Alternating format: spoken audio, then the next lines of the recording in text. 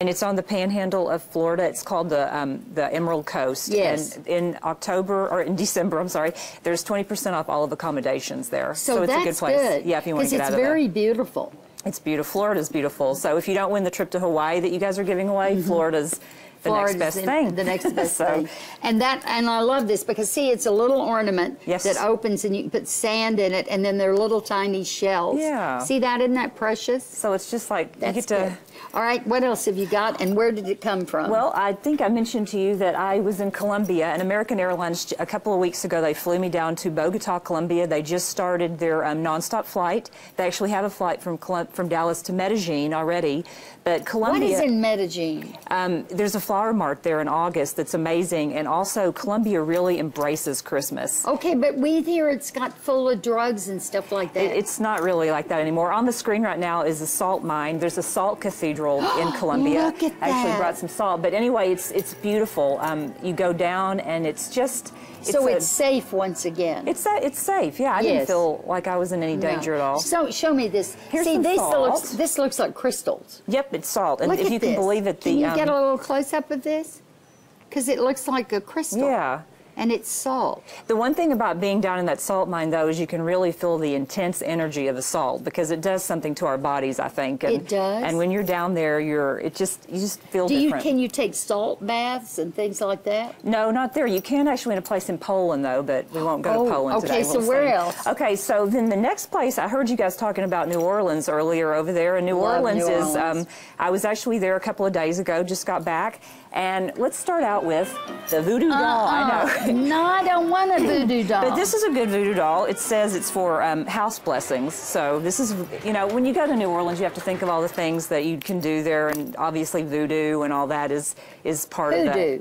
Hoodoo, voodoo, juju, it's all part of the culture there. So, you know, you have to embrace it. There's a voodoo museum, but there's also a lot of very decadent food, which I actually just gained 5 pounds while I was in New Orleans. I love New Orleans. I don't think you can get a bad meal in New Orleans. No, and there's a place called the Court of Two Sisters. Which is a wonderful place. Since 1832, I have to say hello to Jason and Alex. Hello, guys. They're the owners of the Court of Two Sisters. It's been there forever. There's a charm gate there that you can touch, and you can...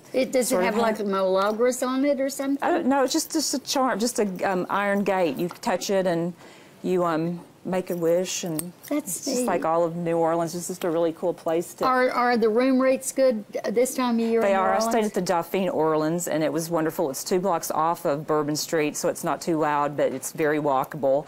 I went to high tea at Windsor Court. You did? I had dinner at Commander's Palace. Have you been? What is is it the turtle soup? The turtle soup. I tried it at 3 different places, and actually Commander's Palace won. I know it, because it is the best soup ever. I know the Court of Two Sisters won't appreciate me saying that, but they have good soup. It's just that the turtle soup... Commander's Palace is just known for it. And I didn't know that that whole area, the Garden District, was a plantation at one time. So we took the St. Charles streetcar. And I love St. Charles. Yeah, so it was really fun. And then from there, I have one more place to talk about, Carnival Cruise.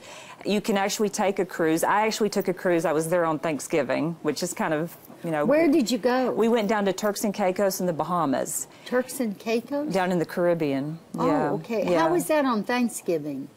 It was fun. Did you miss your family? I did miss my family, but I was with 3,000 other people who were also on the cruise. So it was the Carnival Victory out of Miami. And it was... And everything went well. Everything was good. It was actually really good. I'm not a big cruiser. I mean, I know I talk about cruises, but I like the smaller cruises better, but this was really fun. And for the month of December, they have a thing called Pack and Go. I think there's like about 50 or 60 cruises you can choose from, starting as low as $139. For what, the motor room or engine room? No. I mean, sometimes you might get, you know, there's all the rooms, and some of them are inside, so you don't have a window. Yes. But on Carnival Cruise, which I brought this little fun times, they give these out every day. It's a little newsletter of what's happening on the boat. There's always something happening on that boat. Well, there's always something happening in your life. And we like it when you come in and share it with us, because it gives us ideas on where we can go. If you can go, we can go, and you'll tell us how to do it. You can listen to Rita Cook every Monday night on her podcast called The Duva Show. To get connected, just visit our webpage first at thebroadcasttv.com and click on today's links. We love us some Rita Cook. When we've been showing you all sorts of gift ideas for all the people in your life, next we've got some fitness problems for the workout enthusiast. You will love this segment, so stick around. You're going to lose that pecan pie that's attached to your belly in a moment.